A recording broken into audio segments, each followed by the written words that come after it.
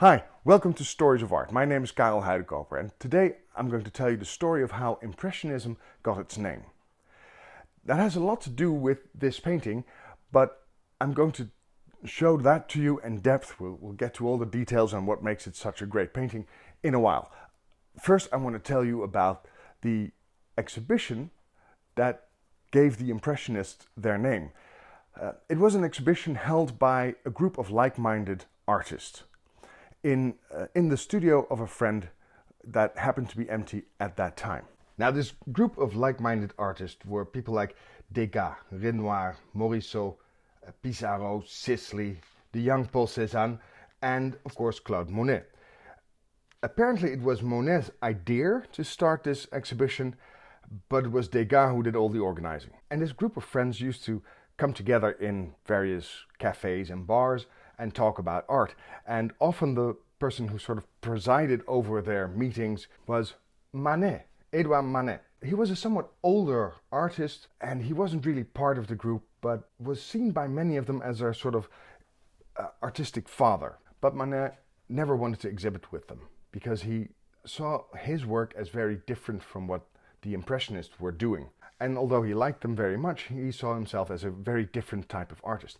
And then he also said they should always try to get their work on the official Salon, the officially sanctioned, organized and sponsored big exhibition that was held all the time in Paris. And that was the place where art would be seen publicly. So he said, if you have an artistic fight to fight, then you should see that as your battleground, not your own exhibitions. But the Impressionists, they all tried to get into the big salon and were all rejected all the time. And so they held their own exhibition, hoping to sell their work, of course get some publicity, and they would also make some money selling tickets because it would cost money to get in. They actually charged 1 franc to get in, which according to an online currency converter that I found, would be the equivalent of about $5 today. Now, they held their exhibition in the studio of a friend called Gaspard Félix Tournachon, but everybody knew him under his work name or his stage name or nom de guerre, whatever term you would like to use, and that was Nadar. He was a very successful portrait photographer, and he had this very big studio in Paris, and he was moving. He was going from one studio to the next. So his old studio was going to be empty for a while, and that presented them with an opportunity. Now, this Nadar character is actually a pretty interesting person. He, as I said, a photographer, but also a caricaturist. That's how he started his career, drawing caricatures for all kinds of publications, but a photographer and a balloonist. He owned and operated a number of hot air balloons. And this was new technology at the time. It was sort of cutting edge. Not many people did this sort of thing, and he used it in innovative ways. He actually combined his two businesses by trying to make photographs from the sky, which apparently was quite difficult because the plates that were exposed to light, which made the photographs, had to be prepared just before you used them, and apparently that's not easy to do in a basket underneath a hot air balloon. So he had to purpose-built one of these balloons so he could prepare these things in there. But he was the first man ever to take pictures from the sky. The inventor of aerial photography, you might say.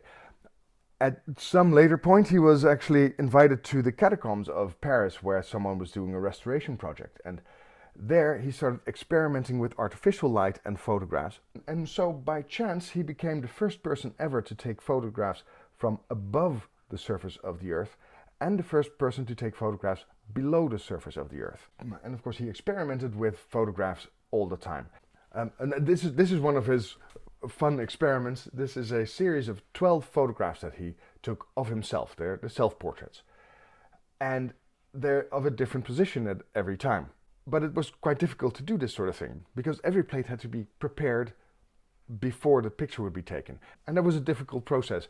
So you have to imagine, you see him here in different attitudes, but it would take him at least half an hour to make each picture. But if you put them together, you get something like this. And at some point he decided to move from one studio to the next. And so the opportunity arose, his studio was empty, and so they could have their exhibition in that place. It was not an ideal location though, because it's 2 floors up. This is the building he was in, but he was on the top floor. So to organize an exhibition somewhere other than the main salon and not at one of the big art dealers, but just in a studio somewhere in Paris where he also had to climb 2 flights of stairs to get there, that was not an ideal place. How could you ever get publicity for that? Well, they got a lot of publicity, actually a surprising amount of publicity. There's a large series of reviews in all kinds of newspapers and other publications. Some of them are actually quite positive, some are clearly negative, but by far the most famous one was written by a man called Louis Leroy. He was a very popular writer at the time, and he wrote for a very popular publication called Le Charivari. Charivari? I'm sure I'm mispronouncing this, so, well, this is how you spell it. Now, this was a magazine, a satirical magazine that published all kinds of, well, satires, caricatures. Today you have Charlie Hebdo, which is quite famous. Well, this was even more famous at its time. It was read by all of Paris. And in it he wrote a satirical review. It was written as a dialogue between himself and a painter that he took along. And this painter was sort of a strange character. He was very, very arrogant. He was a classical painter, very academic, and he hated everything he saw there. And it's actually as much a caricature of the traditional painter as it is a caricature of what he was seeing. Today, if you read it, you can find the entire thing online, both in French and English. It's kind of hard to see what was so funny about it at the time. I mean, it is a century and a half ago, and especially in a translation into English, you don't get the finesses you had in French. And of course, it has aged a bit. But apparently it was considered as very, very funny. For instance, let me just quote one sentence of it. He saw this painting, the one by Monet, which was called Impression Sunrise. And what he said about it, well, in French of course, but I'll tell you in English. Impression. I was certain of it. I was just telling myself that, since I was impressed. There had to be some impression in it. And what freedom, what ease of workmanship. Wallpaper in its embryonic state is more finished than that seascape. So it sounds like a scathing sort of review, but it's all said by this caricature of an old-fashioned painter. And that makes it funny, that made it good satire. So really it's a sort of positive review. And this was read by thousands. And these people started to show up for the exhibition. The title of this review was The Exhibition of the Impressionists. And that is usually quoted as the first time the word impressionist was used. And I'm not entirely sure if that's true, but it's certainly the place where it was popularized, where many, many, many people would read it and started to call these people impressionists. The impressionists themselves liked it as well, and they adopted the name. But here's the strange thing. There were a dozen or so reviews of this very same exhibition, all published within the same week.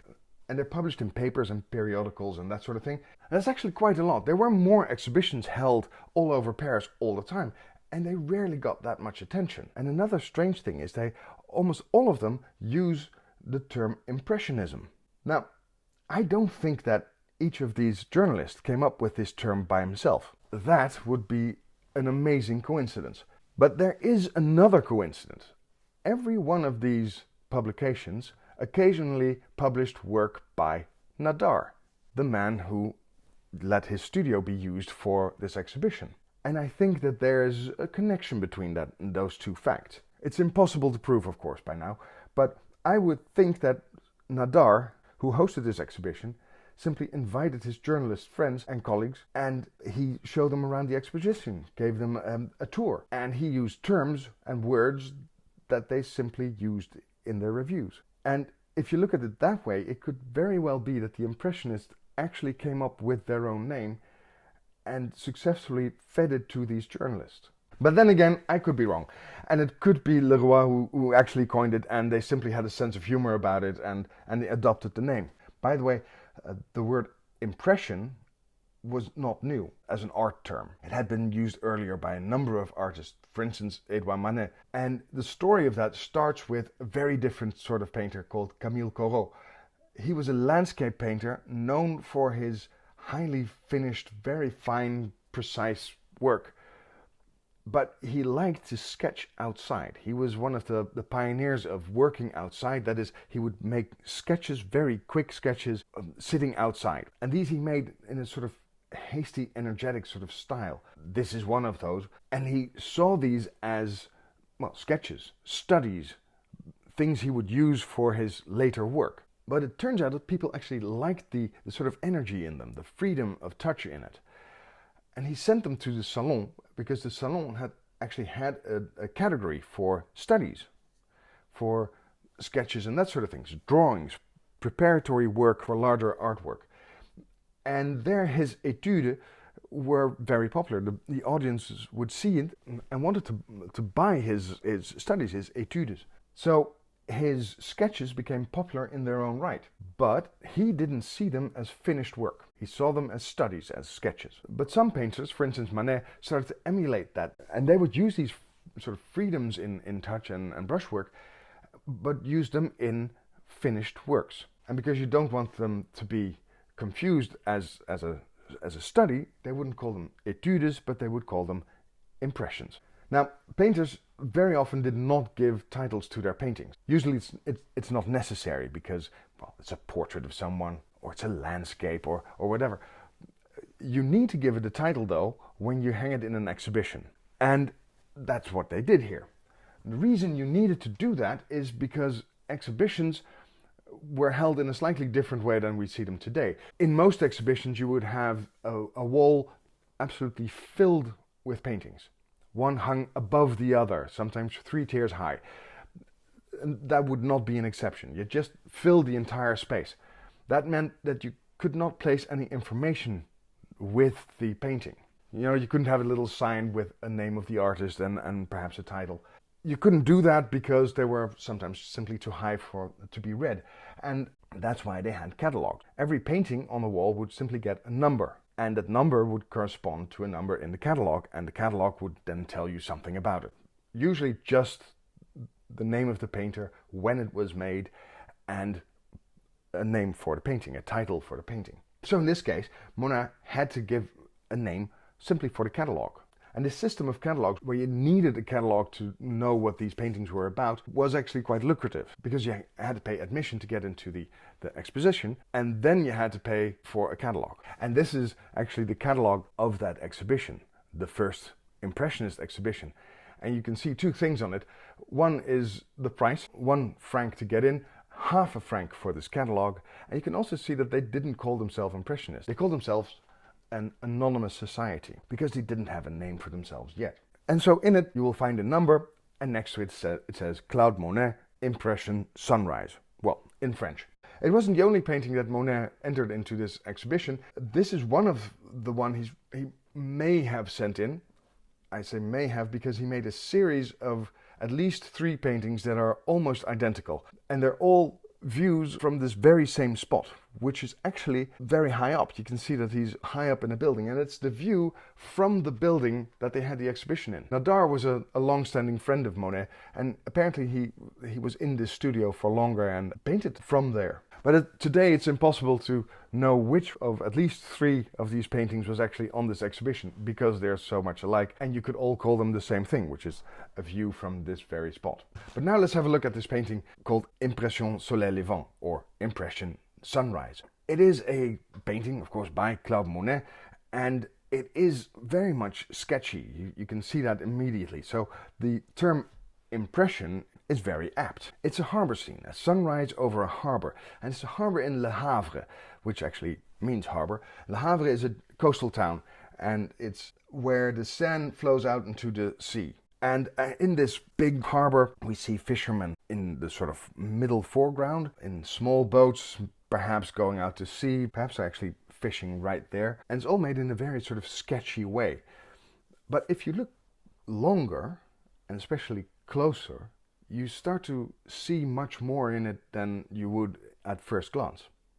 For instance, to the left of the painting, you can see that there's ships there. You see that there's these sort of tall masts, and there's smokestacks that are probably part of ships as well, because many of these ships at the time would have both masts and sails, but also have a steam engine. Perhaps some of these stacks are of some sort of factory or business on the shore, but you can see there's these masts in between them. And some of these very tall ships, you can actually see the mist going through them, and so you see them poking out of some of the clouds.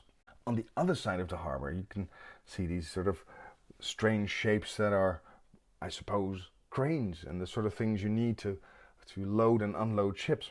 And in all of that sort of bleak sun that tries to pierce through the haze of the morning, and it shines and reflects in this amazing water that Monet could make with just a few quick brush strokes.